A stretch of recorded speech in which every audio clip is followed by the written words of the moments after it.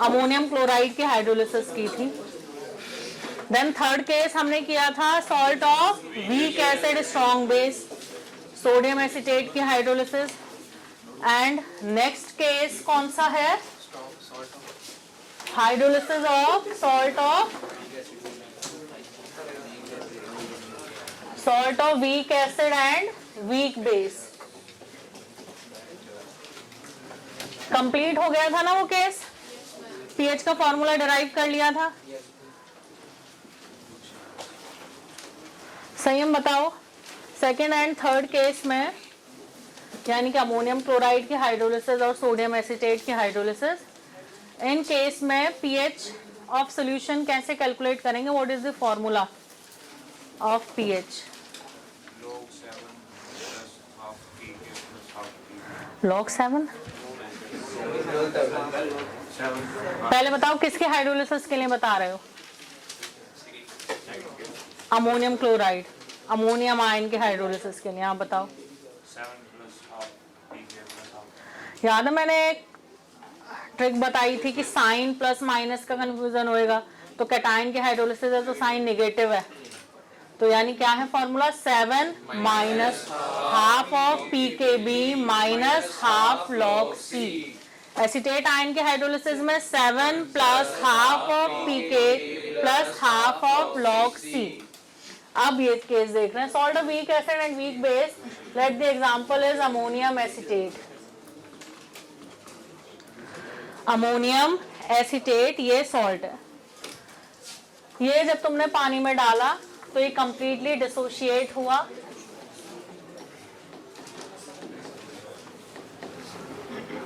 ठीक है। अब यानी कि अमोनियम एसीटेट का जो सॉल्यूशन होगा उसमें एसीटेट आयन प्रेजेंट है और अमोनियम आयन प्रेजेंट है। बताओ किसकी हाइड्रोलिसिस होगी? किसकी हाइड्रोलिसिस होगी? दोनों की हाइड्रोलिसिस होगी। And the hydrolysis is known as cationic anionic hydrolysis. जब कैटायन की हाइड्रोलिसिस हो रही है तब कैटायनिक हाइड्रोलिसिस, एनायन की हाइड्रोलिसिस वाले केस में एनायनिक हाइड्रोलिसिस, और ये वाला कैटायनिक एनायनिक हाइड्रोलिसिस। तो दोनों की हाइड्रोलिसिस होगी। CH3CO negative and ammonium ion will react with water and will form acetate ion water से क्या करेगा? H आयन एक्सेप्ट कर लेगा और ammonium ion OH ion accept कर लेगा। ठीक है। यानी कि anion react with water to form weak acid, cation react with water to form weak base। इस केस में salt of weak acid and weak base, इस सॉल्ट का सॉल्यूशन एसिडिक होगा, बेसिक होगा या न्यूट्रल होगा? जैसे salt of weak acid strong base था तो solution basic, salt of strong acid weak base तो solution acidic, salt of weak acid weak base तो सॉल्यूशन कैसा? Will depend. इनकी स्ट्रेंथ ज्यादा है तो solution will be acidic, base की स्ट्रेंथ ज्यादा है तो सॉल्यूशन विल बी बेसिक, लेकिन दोनों की स्ट्रेंथ बराबर है तो सॉल्यूशन विल बी न्यूट्रल। तो will depend on the strength. ठीक है, क्लियर? ये जो पर्टिकुलर केस है अमोनियम एसीटेट का, याद है मैंने कई बार तुम्हें इनके के भी बताए। तो मैंने बताया था कि एसिटिक एसिड का Ka 1.8 इंटू 10⁻⁵ है और अमोनियम हाइड्रोक्साइड का Kb 1.8 इंटू 10⁻⁵ है, यानी कि इनकी स्ट्रेंथ एग्जैक्टली इक्वल। तो यानी कि इस सॉल्ट का सॉल्यूशन कैसा होगा? तो when you are talking in general कि salt of weak acid weak base का सॉल्यूशन कैसा होगा, तो will depend upon the strength of acid and base. Acid की स्ट्रेंथ ज्यादा तो एसिडिक, बेस की ज्यादा तो बेसिक, और दोनों की बराबर तो न्यूट्रल। और ये केस कौन सा है? ये एग्जाम्पल कौन सा है? न्यूट्रल वाला। ठीक है, तो मैं कहूं अमोनियम एसीटेट का सॉल्यूशन कैसा होगा? न्यूट्रल, क्योंकि दोनों की स्ट्रेंथ एग्जैक्टली बराबर। तो अभी देखते हैं, अभी तो हम फॉर्मूला डिराइव कर रहे हैं। ठीक है, तो देखो, तो सपोज करो ये सी मोलर, तो एसीटेट आयन कितने हो गए? सी मोलर। अमोनियम आयन कितना हो गया? सी मोलर। तो इनिशियली ये सी मोलर तो वो 0 0। ठीक है, एट इक्विलिब्रियम जब ये C1 माइनस एच रह गया, ये C1 माइनस एच रह गया, तो ये कितना बन गए CH CH। ठीक है। Now hydrolysis constant KH of this reaction is equals to acetic acid की कॉन्सेंट्रेशन इनटू अमोनियम हाइड्रोक्साइड की कॉन्सेंट्रेशन अपॉन एसिटेट आयन की कॉन्सेंट्रेशन इनटू अमोनियम आयन की कॉन्सेंट्रेशन। क्लियर है इतना? तो पुट करो वैल्यूज, KH बराबर CH into CH upon C1 minus H into C1 minus H। In general H is very very less than 1, तो H को neglect कर दोगे तो क्या आ गया देखना, KH इक्वल टू क्या आ जाएगा H स्क्वायर, और H इज इक्वल्स टू आ गया रूट KH। तो क्या देख रहे हो भैया, डिग्री ऑफ हाइड्रोलिसिस है, degree of hydrolysis is equal to root KH। Concentration पे डिपेंड कर रहा है डिग्री ऑफ हाइड्रोलिसिस। इसका मतलब whatever the concentration of this salt is, degree of hydrolysis is fixed. तो यानी कि ये डिग्री ऑफ हाइड्रोलिसिस कब चेंज हो सकता है, टेम्परेचर चेंज करने पर। बाकी केसेस में डिग्री ऑफ हाइड्रोलिसिस टेम्परेचर पे तो डिपेंड कर ही रहा था, साथ में कॉन्सेंट्रेशन पे भी डिपेंड कर रहा था, बट यहाँ degree of hydrolysis is independent of concentration of salt. सिर्फ किस पर डिपेंड कर रहा है, KH पर, और KH कब चेंज हो सकता है, टेम्परेचर चेंज करने पे। यानी डिग्री ऑफ हाइड्रोलिसिस यहाँ पर सिर्फ टेम्परेचर पे डिपेंड कर रहा है, कॉन्सेंट्रेशन पे डिपेंड नहीं करता। ठीक है। अभी देखो और भी इक्विलिब्रियम है इस सॉल्यूशन में, कौन कौन से, एक तो water in equilibrium with the ions, दूसरा acetic acid in equilibrium with acetate ion and H plus ion, ammonium hydroxide in equilibrium with ammonium ion and OH ion। इसके लिए KW बराबर H ion into OH ion, इसके लिए Ka बराबर acetate ion into H plus ion upon acetic acid की concentration, और इसके लिए Kb बराबर ammonium ion into OH ion upon ammonium hydroxide की कॉन्सेंट्रेशन। अब मैं कह रही हूं कि KW upon Ka into Kb कर दो और बताओ क्या आ रहा है, KW upon Ka into Kb।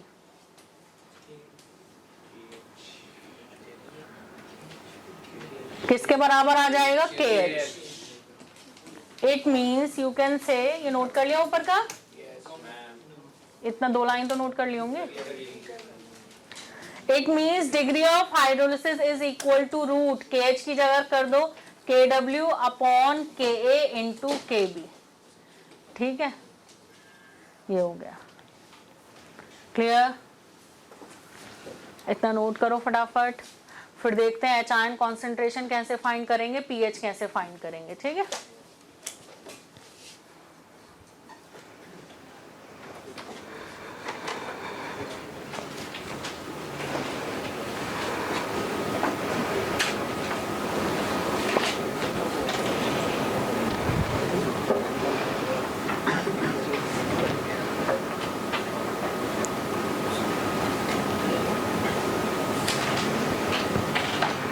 हो गया, नोट कर लिया सबने।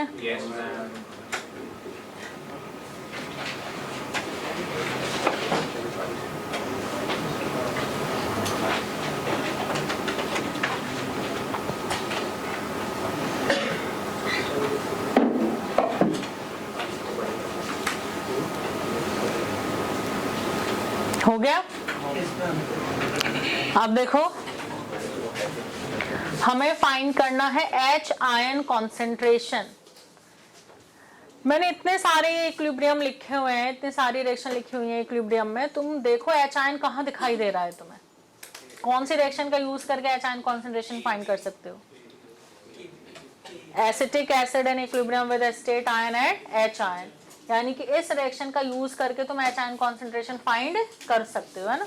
ठीक है, तो इसका यूज, तो देखो इधर तुम्हारे पास है कि acetic acid in equilibrium with acetate ion and H+ ion. ये तो तुमने एग्जांपल ले रखा है अमोनियम एसीटेट का, इसलिए मैं बार बार एसिटिक एसिड की बात कर रही हूँ। इन जनरल तो ये कोई वीक एसिड होगा, ठीक है। तो ये weak acid in equilibrium with अपना कॉन्जुगेट बेस और H+ आयन। तो Ka बराबर acetate ion concentration into H+ ion concentration upon acetic acid की कॉन्सेंट्रेशन, ठीक है। नाउ Ka बराबर एसीटेट आयन कॉन्सेंट्रेशन कितनी है इधर, देखो इधर क्या है acetate ion concentration, C1 minus H+ ion concentration find करनी है। एसिटिक एसिड कॉन्सेंट्रेशन कितनी है इक्विलिब्रियम पर, CH, ठीक है। तो H आयन कॉन्सेंट्रेशन कितनी आ रही है जल्दी बताओ, and if H is very very less than 1, क्या आ रही है H ion concentration, Ka into degree of hydrolysis, Ka into degree of hydrolysis. Ka degree of hydrolysis कितनी है, root KW upon Ka into Kb, क्या आ रहा है जल्दी बताओ, ये नोट कर लिया था।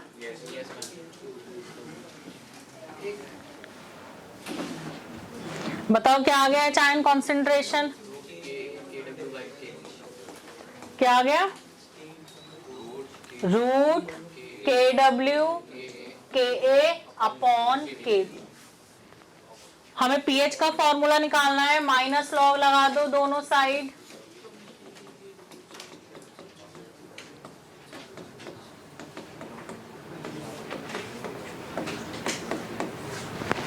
और सॉल्व करो। जल्दी बताओ क्या फॉर्मूला आ रहा है, जल्दी बताओ।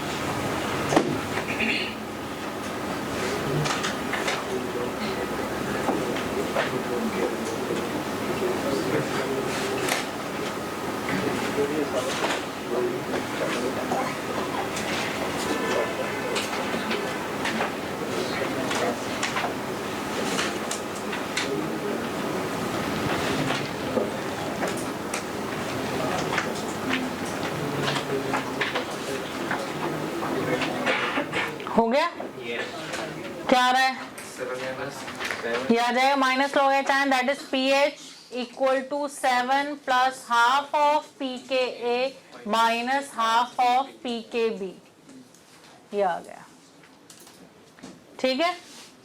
फॉर्मूला याद हो गया होगा। यहाँ कैटायन एनायन दोनों की हाइड्रोलिसिस हो रही है। कैटायन वाले में क्या था, माइनस हाफ pKb, एनायन वाले में क्या था, प्लस हाफ pK। तो ऐसे इमेजिन करो कि जैसे वहां से माइनस हाफ pKb और प्लस हाफ pK उठाकर यहाँ रख दिया हूं, ठीक है। एनायन के लिए प्लस हाफ pK, कैटायन के लिए माइनस हाफ pKb। फॉर्मूला बन गया 7 plus half pK minus half pKb। अब अभी मैंने समझाया था तुम्हें कि सॉल्ट और वीक एसिड वीक बेस का सॉल्यूशन एसिडिक होगा या बेसिक होगा, डिपेंड करेगा एसिड और बेस की स्ट्रेंथ पर। अब देखो इधर, अगर एसिड की स्ट्रेंथ ज्यादा है तो उसका Ka ज्यादा होगा और pKa कम। तो pK वैल्यू जब कम होगी तो 7 में से कुछ सब्ट्रैक्ट होगा, और 7 में से जब कुछ सब्ट्रैक्ट होगा तो सॉल्यूशन कैसा हो जाएगा, एसिडिक, यानी pH 7 से कम। अगर बेस की स्ट्रेंथ ज्यादा हुई तो Kb वैल्यू ज्यादा होगी, pKb वैल्यू कम। pKb वैल्यू कम होगी, ये वाला निगेटिव वाला टर्म कम होगा, तो 7 में नेट कुछ ऐड होगा, कुछ ऐड होगा 7 में, तो pH 7 से ज्यादा, यानी सॉल्यूशन कैसा, बेसिक। और अगर Ka Kb बराबर है, इसका मतलब pK pKb एग्जैक्टली बराबर, और pK pKb एग्जैक्टली बराबर होंगे तो सॉल्यूशन न्यूट्रल, क्योंकि pH आ रहा होगा 7। समझ गए, क्लियर है। तो ये हो गई सॉल्ट हाइड्रोलिसिस। अब एक दो क्वेश्चन करो, इसके बाद हम देखेंगे अगर पॉलीवैलेंट आयन हो तो पीएच कैसे निकालोगे।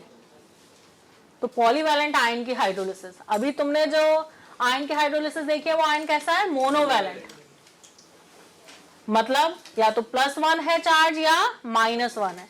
और +2 -2 या +3 -3 चार्ज हो तो सॉल्यूशन का पीएच कैसे कैलकुलेट करेंगे, ठीक है, पॉलीवैलेंट आयन की हाइड्रोलिसिस। लेकिन अभी इस पर बेस्ड एक दो क्वेश्चन कर लो। ये हो गया, कर लिया सबने, चलो लिखो।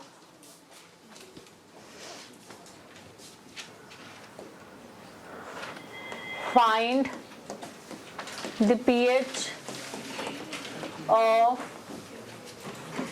0.1 molar sodium acetate solution pKa 4.74। और एक बात मैं तुम लोगों को बता दूं, तुम्हारी कैलकुलेशन सिंप्लीफाई करने के लिए मैंने हर बार इसका K कितना दिया तुम्हें, 10⁻⁵ एसिटिक एसिड का, या अमोनियम हाइड्रोक्साइड का K भी मैं क्या दे रही थी, 10⁻⁵। बट कीप इन माइंड कि एसिटिक एसिड का Ka कितना होता है एग्जैक्टली 1.8 इंटू 10⁻⁵, और जब तुम इसे सॉल्व करोगे pK निकालोगे तो 4.74 आएगा। यानी कि कभी 1.8 इंटू 10⁻⁵ इसका तुम्हें लॉग लेना पड़ जाए, माइनस लॉग, तो मतलब pK निकालना पड़ जाए, तो वो कैलकुलेशन के चक्कर में नहीं पड़ना है। कितना एग्जैक्टली 4.74, ठीक है। 4.7 लेके और कैलकुलेशन आसान हो रही हो तो कर सकते हो, बट कीप इन माइंड कि भैया जो ऑप्शंस हैं वो ज्यादा क्लोज वैल्यूज तो नहीं है, ठीक है। ये क्या लिख दिया मैंने, CH3CO के, ठीक है। अमोनियम हाइड्रोक्साइड, इसका K भी कितना है एग्जैक्टली यही वैल्यू है, यानी कि pK भी कितना आएगा 4.74। कभी अगर जरूरत पड़ जाए 1.8 इंटू 10⁻⁵ K भी दे रखा है, बट चाहिए pK भी, तो सॉल्व करने के चक्कर में मत पड़ना, सीधा यूज कर लेना कितना 4.74, क्योंकि इनका ज्यादा यूज होएगा, इसलिए कुछ चीजें याद होनी चाहिए तुम्हें, ठीक है। तो हो गया second, find the degree of hydrolysis, find the degree of hydrolysis of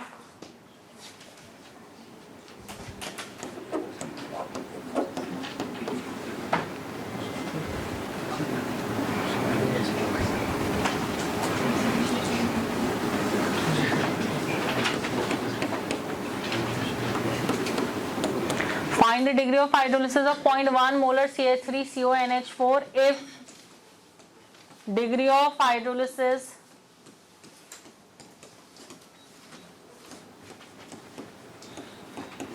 of 0.01 molar CH3CONH4 is 0.2%, ठीक है। के बी की जरूरत पड़ेगी तो मैंने इधर लिख ही दिए हैं, अब तो कोई टेंशन ही नहीं है। Find the pH of 0.1 molar sodium acetate solution, pK given है, तो क्या करेंगे, pH will be equal to 7 plus half pKa plus half log C। तो 7 प्लस हाफ pKa की वैल्यू कितनी है 4.74 plus half log C, log 0.1 यानी 10⁻⁻1, ठीक है। तो ये क्या आ रहा है आंसर, जल्दी बताओ, 8.87, ठीक है। नाउ नेक्स्ट सेकंड, मनहर बताओ सेकंड क्वेश्चन का आंसर। हुआ ही नहीं, इसका मतलब दिमाग यहाँ है ही नहीं, कहाँ रख के आए हो दिमाग, पहला ही सॉल्व अभी तक हुआ है, तो अभी कर दो दूसरा सॉल्व।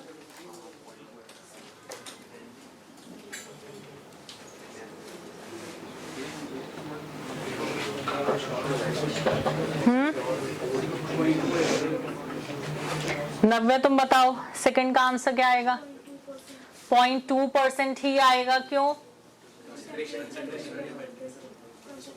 कॉन्सेंट्रेशन पे डिपेंड करता ही नहीं इस केस में डिग्री ऑफ हाइड्रोलिसिस।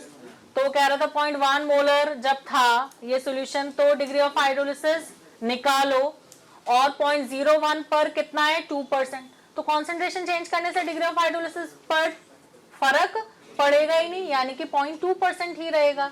ठीक है, तो डिग्री ऑफ हाइड्रोलिसिस केस में 0.2% ही रहेगा।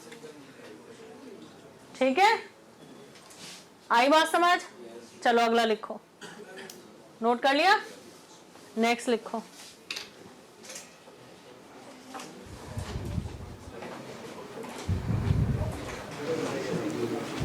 लिखो, a weak acid react with a strong base. A weak acid react with a strong base. React with a strong base. Ionization constant of weak acid is 10 की power -4. Ionization constant मतलब dissociation constant of weak acid is 10 raised to the power -4. Find out equilibrium constant for this reaction. Find out equilibrium constant for this reaction.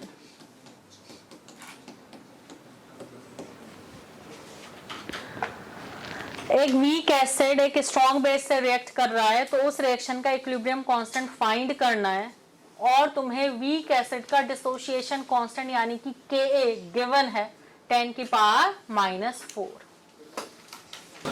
इधर देखो ध्यान से, basic से basic बात का भी अगर ध्यान रहेगा तो क्वेश्चन सॉल्व होएगा। मींस डेफिनेशन भी याद होनी चाहिए। Weak acid react with a strong base. Write the reaction. Weak acid, weak acid HA ले लो, strong base कोई भी अपने आप से बना के लिख दो, लेकिन अपने आप से बना के लिखोगे ना तो इतना फील नहीं आएगा, मतलब वो रिएक्शन दिखेगी नहीं एकदम से। तो कोई एग्जाम्पल ले लो, जैसे वीक एसिड एसिटिक एसिड ले लिया और स्ट्रॉन्ग बेस NaOH ले लिया, वो एग्जाम्पल लेकर रिएक्शन लिख रहे हैं। तो weak acid react with strong base, तो क्या बना? CH3COO plus water. इस रिएक्शन का इक्विलिब्रियम कांस्टेंट फाइंड करना है, बातें नहीं बिल्कुल। Weak acid react with strong base, give salt and water, इस रिएक्शन का इक्विलिब्रियम कांस्टेंट फाइंड करना है। बैकवर्ड डायरेक्शन में देखना है इस रिएक्शन को। Sodium acetate react with water to form acid and base. It is like acetate ion react with water to form acetic acid and OH ion. क्या है ये बैकवर्ड डायरेक्शन में? Salt hydrolysis. न्यूट्रलाइजेशन रिएक्शन का opposite क्या होता है? Salt hydrolysis. तो salt hydrolysis तो अभी पढ़ी ही है, और इस सॉल्ट की सॉल्ट हाइड्रोलिसिस पढ़ ली। Salt of strong base weak acid, salt of strong base weak acid, उसकी हाइड्रोलिसिस का इक्विलिब्रियम कांस्टेंट यानी कि KH। तो बैकवर्ड डायरेक्शन में जो ये रिएक्शन जा रही है, बैकवर्ड रिएक्शन के लिए इक्विलिब्रियम कांस्टेंट क्या होगा? KH। तो बैकवर्ड रिएक्शन का equilibrium constant that is KH बराबर किसके होगा?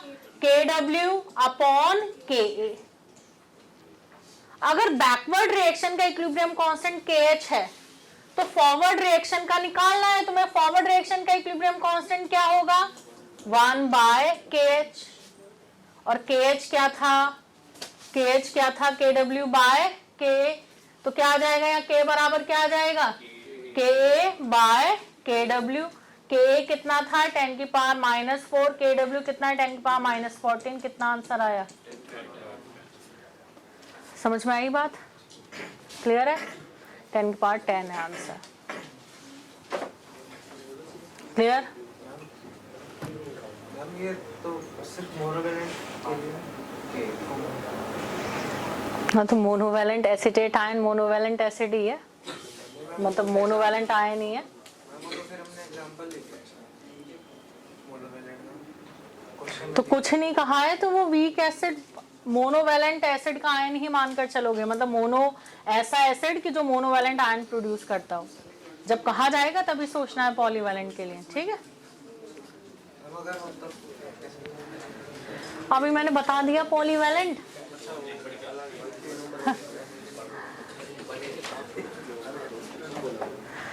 ठीक है, तो पॉलीवैलेंट तो तब के लिए जब कहा गया है स्पेशली पॉलीवैलेंट आयन है, एसिड का जो आयन है वो पॉलीवैलेंट आयन है, स्पेशली पॉलीवैलेंट आयन दे रखा है। जब तो ऐसी कोई बात नहीं है तो तुम क्या इमेजिन करते रहोगे, तब तक ऐसा एसिड ही इमेजिन करते रहोगे जिसका आयन कैसा है, मोनोवैलेंट आयन, यानी कि कोई मोनोप्रोटिक एसिड ही इमेजिन करते रहोगे, ठीक है। तो अभी तक तो पॉलीवैलेंट आयन की बात आई भी नहीं थी। हो गया, हाँ नोट कर लो, ठीक है। तो क्या आंसर आया इसमें, 10 की पावर 10, 10 की पावर -10 कुछ लोगों का आ गया होगा, क्यों वो अटेंडेंस का वो रखा होगा बच्चा। आंसर 10 की पावर -10 आएगा। और जो इसके ऑप्शंस होंगे उसमें पहला ऑप्शन क्या होगा, 10 की पावर -10। ये हो गया इतना। अब अगर पॉलीवैलेंट आयन है तो उसकी हाइड्रोलिसिस, ठीक है, देखो इधर ऐसा कुछ नहीं है कि अब हमें दोबारा डेरिवेशन करना है, कुछ डेरिवेशन हमने कर लिया, बस उस फॉर्मूले में ही। जैसे एनायन की हाइड्रोलिसिस थी तो फॉर्मूला क्या था, पीएच का 7 plus half pK plus half log सी। पॉलीवैलेंट आयन होगा तो के कौन सा, के1 की के2 की के3, कौन सा के रखना है फॉर्मूले में। जब मोनोवैलेंट आयन था, एसिड का मोनोवैलेंट आयन, यानी कि एसिड कैसा था, मोनोप्रोटिक, कोई कंफ्यूजन था ही ना, एक ही के की वैल्यू थी, ऐसा तो था ही नहीं कि भाई 3 के है, मैं कौन सा के पुट करूं। जब पॉलीवैलेंट आयन होगा तो मोर देन 1 वैल्यूज ऑफ के होंगी, कि के1 भी है और के2 भी है, कौन सा के पुट करना चाहिए फॉर्मूले में। ऐसी कैटायन है तो मोनोवैलेंट कैटायन है तो एक ही केबी की वैल्यू है, KB1 KB2 का चक्कर ही नहीं है कुछ।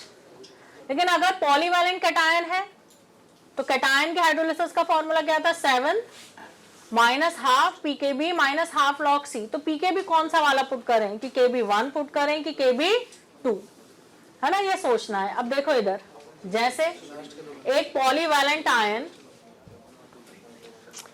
फॉस्फेट आयन ले लिया, PO4-3, मतलब तुमसे कहा कि सोडियम फॉस्फेट का सॉल्यूशन है, इस सॉल्यूशन का पीएच निकालो। सॉल्यूशन ऑफ सोडियम फॉस्फेट, इस सॉल्यूशन का पीएच निकालो। तो तुम्हें साफ दिखाई दे रहा है Na आयन की तो हाइड्रोलिसिस होगी नहीं, किसकी हाइड्रोलिसिस होगी, फॉस्फेट आयन की, ठीक है। फॉस्फेट आयन की हाइड्रोलिसिस होगी, हाँ जी, पीएच निकाल लेंगे कैसे, 7 plus half pK plus half log C. But pK कौन सा, क्योंकि फॉस्फोरिक एसिड के तो 3 के वैल्यूज हैं, Ka1 Ka2 Ka3, तो हम देखेंगे फॉर्मूला भी बन जाएगा। Phosphate ion will undergo hydrolysis in step 1, ये बनाएगा HPO4 -2 प्लस OH निगेटिव, और इस स्टेप का KH1। Then HPO4 -2 undergoes hydrolysis to form H2PO4 negative plus OH negative, और ये हो गया KH2। Then H2PO4 negative plus water forms H3PO4 plus OH negative, और ये हो गया KH3। बताओ कौन से स्टेप को इंपॉर्टेंस दोगे, या कौन से स्टेप से सॉल्ट हाइड्रोलिसिस फर्स्ट, क्यों फर्स्ट स्टेप, क्यों, व्हाई फर्स्ट स्टेप, हाँ, KH1 की वैल्यू ज्यादा होगी इसलिए KH1 को इंपॉर्टेंस दोगे, और उससे जो है सॉल्यूशन का पीएच फाइंड करोगे। क्यों KH1 वैल्यू ज्यादा है, पहले भी तो पहले तो मैंने K1 K2 K3 बताया था, ये रिएक्शन K1 की वैल्यू ज्यादा बताई थी, अभी KH की बात कर रही हूँ। पहले रिएक्शन उल्टी लिखी हुई थी,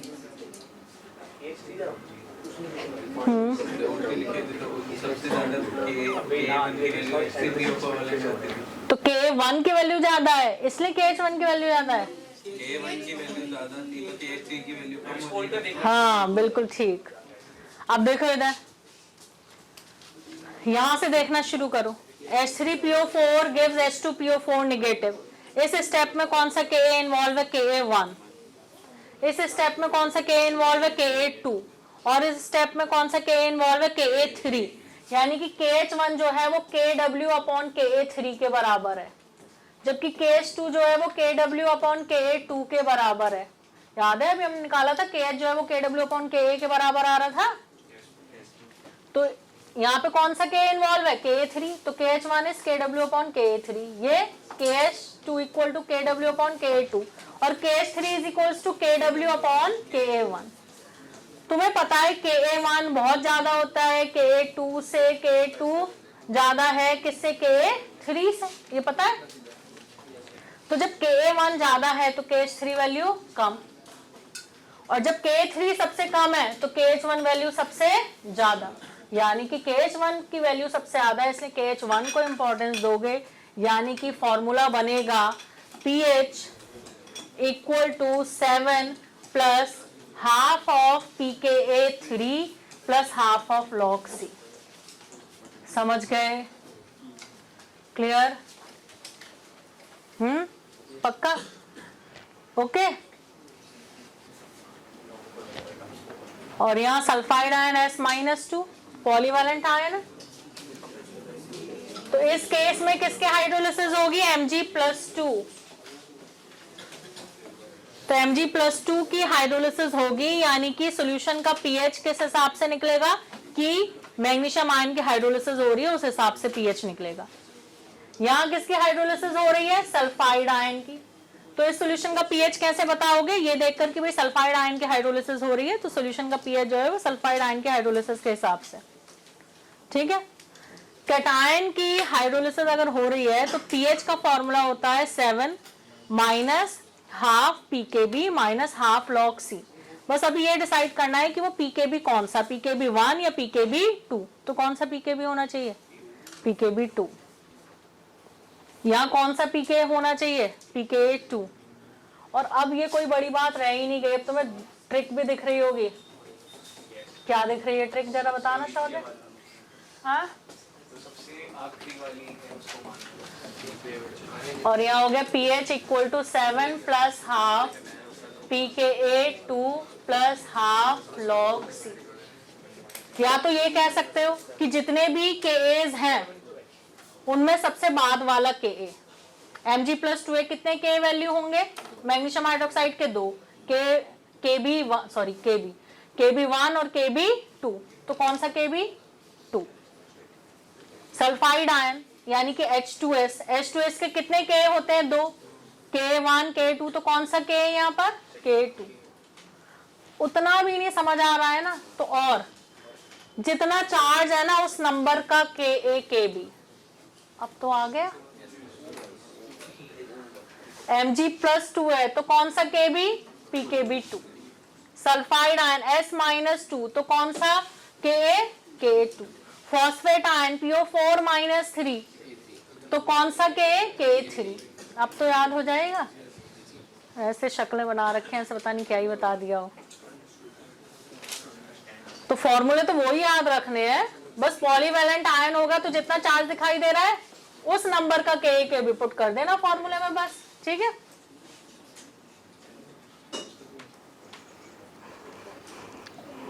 क्या खा के बैठे हो आज तुम लोग? ये हो गया भांग? कहाँ मिल गई? तो सॉल्ट हाइड्रोलिसिस कंप्लीट हो गई। ओके, आप फटाफट सारे फॉर्मूले। Salt of strong acid, strong base do not undergo hydrolysis and the solution of this salt is neutral pH 7. Then salt of strong acid, weak base anion and salt of strong acid weak base cation undergoes hydrolysis. Solution कैसा होगा? Acidic होगा, pH 7 से कम. Then salt of weak acid strong base, solution कैसा होगा? Basic, pH 7 से ज्यादा, and इस केस में anion undergoes hydrolysis. Then fourth case, salt of weak acid weak base, cation anion both undergoes hydrolysis. pH of solution depend upon the relative strength of acid and base. Polyvalent ion की hydrolysis होगी, formula वही है, ठीक है. बस पीके भी कौन सा रखना है, इस बात का ध्यान रखना है, ठीक है. हो गया. अब देखो इधर next, conjugate acid and base. Conjugate acid and base, इनके Ka Kb में क्या रिलेशन है? कॉन्जुगेट एसिड बेस पेयर के Ka Kb में क्या रिलेशन है वो देखेंगे अब हम. जैसे HCN एक एसिड है और Cn निगेटिव इसका क्या है? Conjugate base. ये एसिड की तरह बिहेव करेगा, पानी में जाएगा, और ये पानी में किसकी तरह बिहेव करेगा? बेस की तरह. इसकी पानी के साथ रिएक्शन होगी तो Ka, इसकी पानी के साथ रिएक्शन होगी तो Kb. तो इनके Ka Kb में क्या रिलेशन है? कॉन्जुगेट एसिड बेस पेयर के Ka Kb में क्या रिलेशन है वो देख रहे हैं, ठीक है. देखो इधर, HCN रिएक्ट विद वाटर, यानी कि पानी में जाएगा तो क्या बनाएगा? H पॉजिटिव, और you can say H3O positive. पागल है क्या? ठीक है. तो HCN plus water forms H3O positive plus Cn negative, यानी कि HCN वीक एसिड है, पानी में गया, क्या प्रोड्यूस किए? H आयन, ठीक है. Cn negative which will act as base, पानी में जाएगा, क्या करेगा? बनाएगा HCN प्लस OH नेगेटिव. ये बेस की तरह एक्ट कर रहा है, वो एसिड की तरह. तो इस रिएक्शन के लिए तुम लिखोगे कि Ka बराबर H ion concentration into Cn negative concentration upon HCN की कॉन्सेंट्रेशन.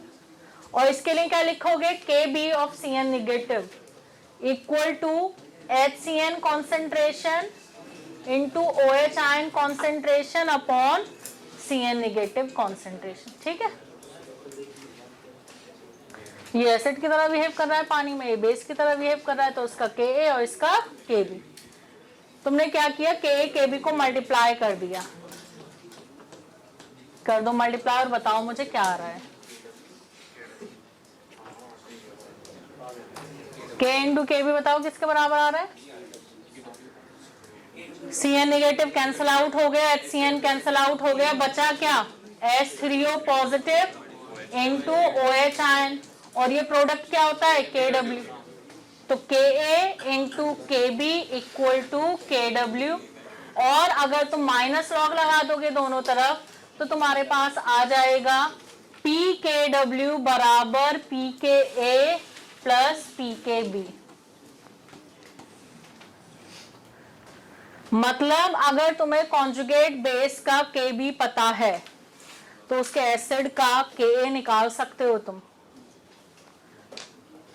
अगर एसिटेट आयन का तुम्हें Kb पता है बट जरूरत तुम्हें एसिटिक एसिड के Ka की है तो निकाल लोगे. K into Kb equal to Kw. अब ऐसा तो कर मत देना कि Ka तुम्हारे पास जो है वो HCN का है और जरूरत पड़ रही है Kb ऑफ एसिटेट आयन की, तो K into Kb equal to Kw कर दो. नहीं आई बात समझ? आ गई? सपोज करो Cn निगेटिव का Kb है तुम्हारे पास, जरूरत एसिटिक एसिड के Ka की है, तो कभी इस फॉर्मूले में Cn नेगेटिव का Kb पुट करके और Ka निकालने चलो एसिटिक एसिड का. किसके लिए? ये कॉन्जुगेट एसिड बेस पेयर. अगर यहाँ Cn नेगेटिव का Kb पुट करोगे तो Ka किसका आएगा? HCN. और Kb F नेगेटिव का पुट करोगे तो Ka किसका आएगा? HF. और Kb एसिटेट आयन का पुट करोगे तो Ka किसका आएगा? एसिटिक एसिड का. क्लियर है? हो गया? ठीक. अब नेक्स्ट टॉपिक, तो ये छोटी छोटी बातें जो है आगे चैप्टर में काम क्वेश्चन सॉल्व करते वक्त आएंगी। सपोज करो फ्लोराइड आयन का के बी है और HF के के की जरूरत पड़ रही है, ये फॉर्मूला लगा के निकाल दोगे, ठीक है। अच्छा, अब किसी के दिमाग में ये तो नहीं आ रहा कि ये तो सॉल्ट हाइड्रोलिसिस है KH, ये तो KH लिखना चाहिए था, मैं आपने KB इक्वल टू दिस लिख दिया। एक ही बात बनेगी, पहले ये फॉर्मूला पता नहीं था, अब पता चल गया। अब जरा अप्लाई करो। KB ये तुम तो कहते हो कि Cn negative plus water give this, ये तो KH है इसका, ये तो Cn नेगेटिव का KH होना चाहिए। KH किसके बराबर होता है? KW upon KH, KW upon KH, यानी कि इस रिएक्शन का जो KH है वो KW अपॉन KA होगा, और हम तो कह रहे हैं कि K भी है ये, तो जब इस फॉर्मूले में पुट करोगे तो अपने आप दिखाई दे जाएगा कि KB और KH सेम थिंग है। समझ गए? तो एनायन की जो हाइड्रोलिसिस हो रही है उस रिएक्शन के इक्विलिब्रियम कांस्टेंट को चाहे तुम KH बोलो चाहे तुम उसका KB बोलो, एक ही बात है। क्लियर है? चलो ज्यादा मत सोचो, दिमाग का दही हो जाएगा तुम्हारे। तो अभी तुम्हारे पास आ गया कॉन्जुगेट एसिड बेस पेयर के लिए K into KB equal to KW। Next हो गया?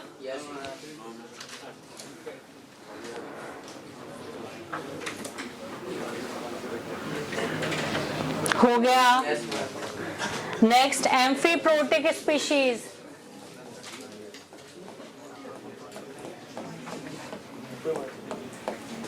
एम्फीप्रोटिक स्पीशीज,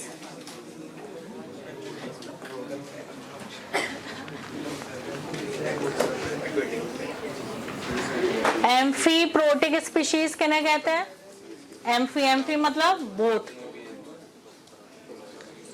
एम्फोटेरिक, एम्फोटेरिक याद है? एम्फोटेरिक स्पीशीज कौन से होते हैं? Amphoteric,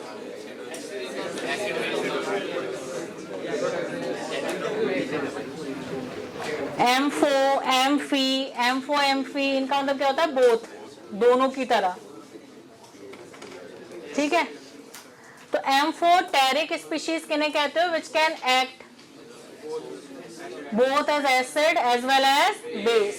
Amphoteric species are those which can act as acid as well as base. बता सकते हो किसी एम्फोटेरिक स्पीशीज का एग्जांपल? AlCl3 तो सॉल्ट है, जैसे एल्यूमिनियम या एल्यूमिनियम आयन, जिंक या जिंक आयन, तो जिंक एम्फोटेरिक है, एल्यूमिनियम एम्फोटेरिक है, या जिंक आयन एम्फोटेरिक है, एल्यूमिनियम आयन एम्फोटेरिक है, या जिंक ऑक्साइड एल्यूमिनियम ऑक्साइड या एम्फोटेरिक है।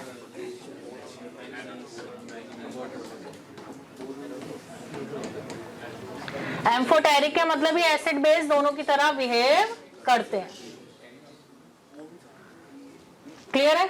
अब एम्फीप्रोटिक, प्रोटिक मतलब प्रोटोन और एम्फी मतलब बोथ। तो प्रोटोन के साथ जो दोनों काम कर सकता हो, मतलब जो प्रोटोन एक्सेप्ट भी कर सकता हो, प्रोटोन रिलीज भी कर सकता हो, वो स्पीशीज क्या कहलाएंगे? Amphiprotic. For example bicarbonate ion, ये एक एच आयन रिलीज भी कर सकता है और एक एच आयन रिलीज करके क्या बना लेगा? ये कार्बोनेट आयन। और ये एक एच आयन एक्सेप्ट भी कर सकता है, क्या बना लेगा? H2CO3। एच आयन ले भी रहा है, एच आयन रिलीज भी कर रहा है, ये स्पीशीज क्या हो गई? एम्फीप्रोटिक। जैसे bisulphide ion, H ion release करके क्या बना लेगा? सल्फाइड आयन, और एच आयन लेकर क्या बना लेगा? H2S। तो समझ में आ गया एम्फीप्रोटिक स्पीशीज। तो जो भी पॉलीप्रोटिक एसिड होते हैं वो एम्फीप्रोटिक स्पीशीज प्रोड्यूस कर सकते हैं। जैसे मोनोप्रोटिक एसिड है, एसिटिक एसिड, उसका जो आयन है एसिटेट आयन, वो एच आयन ले तो सकता है लेकिन एच आयन रिलीज नहीं कर सकता। लेकिन H2S ये कैसा एसिड है? डाइप्रोटिक एसिड है, इससे प्रोड्यूस हुआ HS निगेटिव। तो HS निगेटिव दोनों काम कर सकता है, एच आयन ले भी सकता है, एच आयन रिलीज भी कर सकता है। ऐसे ही बाइकार्बोनेट आयन, एच आयन ले भी सकता है, दे भी सकता है। ऐसे ही फॉस्फोरिक एसिड से प्रोड्यूस हो जाए H2PO4 निगेटिव, HPO4-2, ये एच आयन ले भी सकता है, दे भी सकता है, और ये भी एच आयन ले भी सकता है, दे भी सकता है।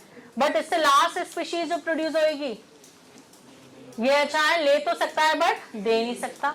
ऐसी कार्बोनेट आयन, एच आयन ले तो सकता है बट दे नहीं सकता। तो एम्फीप्रोटिक स्पीशीज समझ आ गई, जो एच आयन ले भी सके, एच आयन दे भी सके। तो एच आयन लेने वाली स्पीशीज क्या कहलाती हैं? बेस। और एच आयन रिलीज करने वाली स्पीशीज एसिड। यानी ये भी किसकी तरह बिहेव करती हैं? एम्फोटेरिक की तरह। ये भी किसकी तरह बिहेव कर रही हैं? एम्फोटेरिक की तरह। इसका मतलब ये कह सकते हैं कि all amphiprotic species are amphoteric in nature. कह सकते हो भाई एम्फीप्रोटिक क्या है? जो एच आयन ले भी रहा है, एच आयन दे भी रहा है, यानी जो एसिड की तरह बिहेव भी कर रहा है और बेस की तरह बिहेव भी कर रहा है। यानी all amphiprotic species are amphoteric in nature. लेकिन क्या ये कह सकते हो ऑल एम्फोटेरिक आर एम्फीप्रोटिक? जो एम्फोटेरिक है क्या वो एच आयन ले भी ले, एच आयन दे भी दे, ऐसा हो सकता है? ऐसा जरूरी नहीं। So all amphiprotic are amphoteric but all amphoteric are not amphiprotic. Clear है? All amphiprotic are amphoteric but all amphoteric are not amphiprotic. इतनी बात क्लियर है? लिख लो जल्दी।